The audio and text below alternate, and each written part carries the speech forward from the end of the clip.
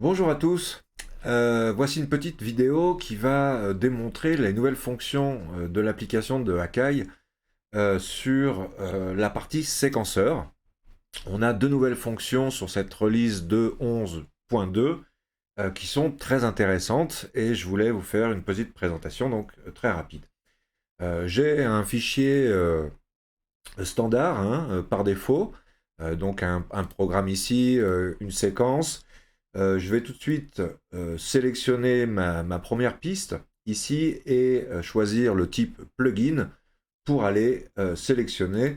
Cette fois-ci, on va prendre la boîte à rythme, le multi, d'accord. Ce plugin donc nous offre maintenant 8 instruments de base pour faire de la rythmique, le kick, le snare, le hi-hat, etc. Et on va retrouver sur notre éditeur, notre grille, les différents instruments donc qu'on va vouloir jouer. Mais surtout, ce qu'on va trouver juste ici en bas à gauche, c'est les deux lignes de probabilité et ratchet qui sont à la base pour de l'automation, mais ici, elles ont une utilisation bien précise. Donc on va regarder un petit peu ce qu'on fait avec ce plugin.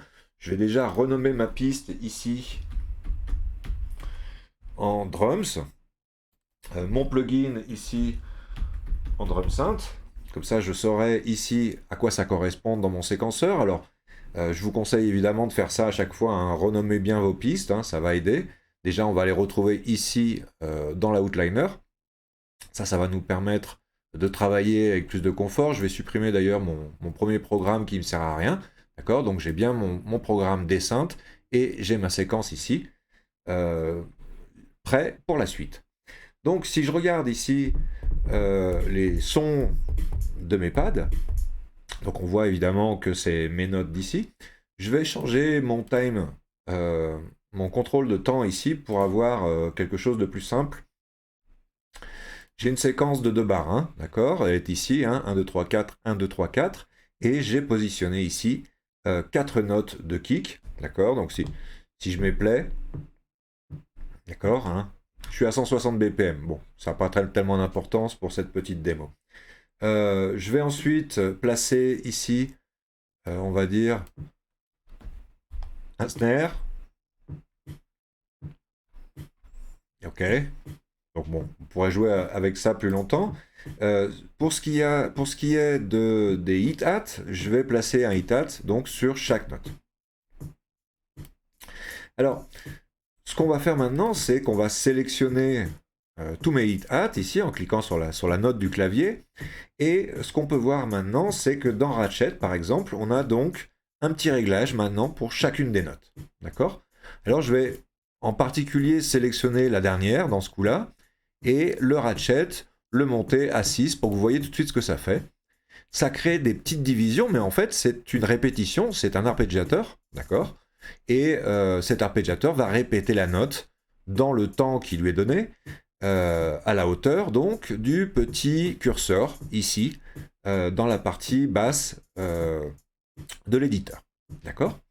Alors, c'est évidemment intéressant si vous ne voulez pas rajouter vous à la main déjà 6 divisions et 6 notes les unes à côté des autres. Finalement, ça donnera le même résultat, mais c'est beaucoup plus pratique. D'accord. Et puis, si je le combine avec probabilité, alors probabilité c'est quoi? C'est, on va dire, c'est la chance. C'est une fonction de randomisation, il n'y a pas de mystère. Cette probabilité, ici à 100, nous indique que les 6 répétitions vont être jouées à chaque fois que la boucle va tourner. Si maintenant je baisse ceci à 40% par exemple, on va voir que le logiciel va alterner des lectures de 0 jusqu'à 6 en fait. Et donc de ce fait-là, vous allez avoir plusieurs répétitions de la séquence et à chaque fois ce sera différent. Une fois 2, une fois 3, une fois 4, une fois 6, une fois 0. Enfin bon, ça va alterner. Alors évidemment, ça a pas mal d'intérêt, si vous voulez, déjà parce que vous pouvez rajouter cet arpégiateur de ratchet sur les notes que vous avez envie. Ici, vous pourrez mettre 4, ici, vous pourrez mettre 3 par exemple, d'accord, ou 7. Toutes les divisions sont possibles, jusqu'à 8. Et puis, changer la partie vraiment de la chance, la probabilité, et le placer en fonction de ce qui vous intéresse sur des variations. Et donc, au lieu de vous casser la tête à créer par exemple 40 variations de la même séquence et d'écrire à chaque fois une nouvelle séquence, vous pourrez garder une seule et le software de MPC va faire le reste, c'est-à-dire qu'il va alterner des variations de ce même pattern. Alors, vous pouvez bien sûr imaginer les possibilités créatives que ça offre, la rapidité aussi dans la pratique. Vous imaginez bien que comme ça marche sur des rythmes, ça marche sur des basses, ça marche sur tout un tas d'instruments, en fait, sur tous les instruments que vous avez envie. À partir du moment donné où vous avez des notes marquées dans le séquenceur, celles-ci peuvent avoir un paramètre de ratchet et de probabilité. J'aimerais quand même souligner un petit détail.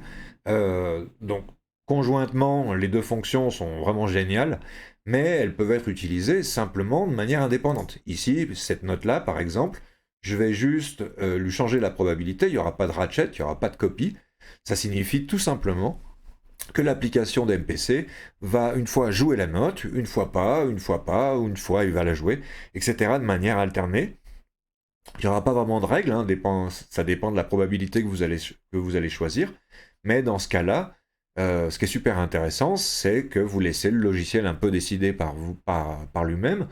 Et de ce fait-là, ça ouvrira la créativité et vous pourrez ensuite réanalyser les choix du logiciel pour construire de nouvelles séquences basées sur cette découverte-là. En fait, c'est vraiment un outil pour expérimenter vos séquences et trouver des choses un peu nouvelles, sortir un petit peu du lot des rythmes un peu classiques, voilà, toujours la même chose. C'est un peu fatigant à la longue. Et cet outil-là, le random, on l'attendait évidemment depuis longtemps dans le logiciel d'Akai, c'est fait, ça s'appelle Ratchet, et en mélangeant avec probabilité, vous aurez vraiment des possibilités illimitées. Voilà, j'espère que ça a été assez clair pour vous. Les prochaines vidéos seront toujours sur la façon de composer dans le logiciel de MPC, avec cette nouvelle version de 11.2, et j'espère à bientôt. Salut!